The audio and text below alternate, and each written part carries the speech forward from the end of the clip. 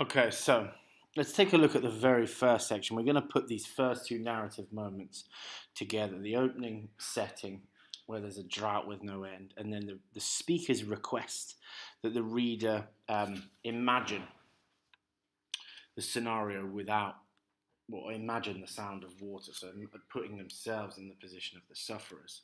So, the skin cracked like a pod. There never is enough water. The very first thing to notice here is that this description can be seen in two ways. The skin cracks like a pod. It could be a description of human skin, but it could also be a description of the earth itself. So it's a sort of ambiguous description. But if we're talking here about the land, then it is functioning as a metaphor, that the land is like the skin of the earth, and that it seems to be that life is dying. You know, in the surroundings, the life is dying. So this could be a metaphor for the land, or it could actually be human skin. And then we have a reversal here. So if it is human skin, and this is not in fact a metaphor, the skin cracks like a pod, and then we have human skin being described like plant life. So we have this ambiguous opening where we're not sure whether we're talking about people or the planet itself. And I think that's very deliberate to create this suggestion that we all suffer from environmental catastrophes in the same way that the earth does. And then we have this simile. The skin cracks like a pod. And so we think about this, with the skin of a human being is described like the pod that beans or peas are contained within. And this simile shows us that like a pod, like a plant, humans need water, and that life leaves without it. We know that vegetables like peas only ripen with water, and so if the skin cracks open like a pod, there's this suggestion of it being dry, but needing this water to live. It's being equated to a plant that needs water to survive. The second line, there never is enough water. The first thing to notice is the syntax, the order of the words in this sentence. The usual way to say this would be in English, there is never enough water.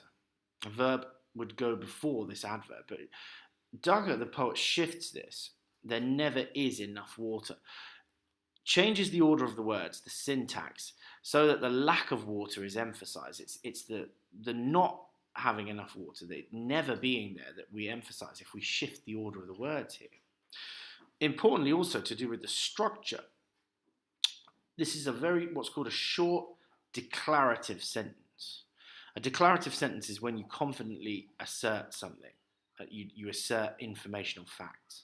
There is never enough water. The sky is blue. I am hungry. That dog stinks. Those sentences are all declarative. You declare some factual information.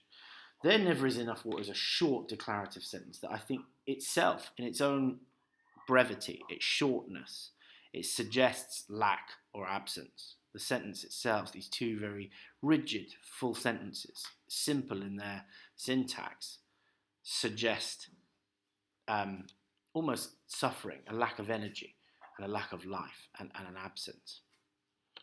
We move on to the second stanza, where we are asked to imagine the drip of it. Now, this is what's called the order, to imagine. Imagine the drip of it is what's called an imperative.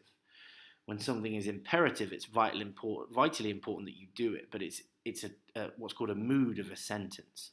Any sentence that starts with a verb and is an order, run over there and get me that, pick that up. Teachers use these all the time. Imperatives are orders, effectively. But here, we're being told by the speaker to imagine the drip of water in this scenario of drought and absence. So this imperative sentence puts the reader in the position of the sufferers that are going to be described. We're being asked to imagine water rather than to experience its sensual reality. We're being asked to put ourselves in the position of imagining what it's like to not have any. Imagine the drip of it. The echoing sounds here are called assonance, and the echoing sounds are between the I in drip and it. Drip, it. That assonance, I think, deliberately creates a very tight I sound that recreates the sound of isolated water droplets. Drip, it, Drip itself is an onomatopoeic word, which is a point you could make. There's lots of onomatopoeia in this poem, but here I think the assonance between these two words, drip of it, is supposed to give us the very quick succession of noises that sometimes happens when water drops from the tap. The small splash, echo in a tin mug. The small splash is a very brief example of sibilance. And so we have this assonance here that sounds like water dripping, drip of it, small splash. They're very deliberately giving us the sound effects that are giving us a very small amount of the water itself. Importantly, splash itself is another onomatopoeic word. So the splash here is onomatopoeia, which recreates the experience of the illusory water, that we're being forced to imagine it, and all we're being left with here is the sound. Then we have the word echo on its own, and what we notice here is what's called the line break. So in this line here, the small splash, echo in a tin mug. The line break here is in an unusual place. It's unusual to end a line of a poem with a single word after a comma. We would expect the small splash and then echo to be here, echo in a tin mug. I think the poet very deliberately leaves echo here and puts the line break there after that word to isolate the word and emphasize absence. If something is echoing, all we're being left with is almost like a ghostly form of the original thing itself. So that line break, which isolates echo on its own, gives us a reminder of the absence of water rather than its presence. It's an echo also in a tin mug. Now, you have to think about this quite logically here. But if something echoes inside a tin mug, which is a piece of imagery, it's a tin mug, it's giving us sensory information about the mug. It's tiny, because a tin mug is not very big, and for something to echo within it, it has to be fairly small.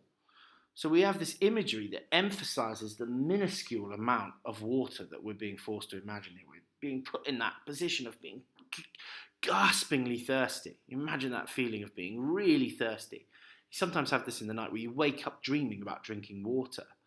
And then all we're being presented with here is this tiny little reminder of the sound, these minuscule onomatopoeic words, drip and splash, echo in a tin mug. And we're being given this very faint suggestion of the presence of water. And then this section ends with a really powerful metaphor that establishes the extended metaphor of the water explosion as being like a religious blessing. This tiny little drip, this small splash, is actually in this poem the voice of a kindly God. And so the metaphor here emphasizes the belief that the water is the voice of God and is in some way sacred protection or keeping the sufferers relying upon their luck. So there's an ambiguity, I think, in this extended religious metaphor, that we think of ourselves as being blessed in this scenario, or we think of humans as being blessed because they are being delivered water. But is there belief in this being down to religious blessing based upon their sense that it's not in their own control? So there's an ambiguity here that depends upon your sort of reading of the role of religion in this text. So that's where it ends in this opening section. We want to think about the poet's purpose here. Now, we're very directly being asked to empathize with the scenario here. We're being directly told to imagine the absence of water and to put ourselves in the position of drought and of suffering. So we're really being asked to empathize with this absence and to see this absence of water as a really awful, negative thing.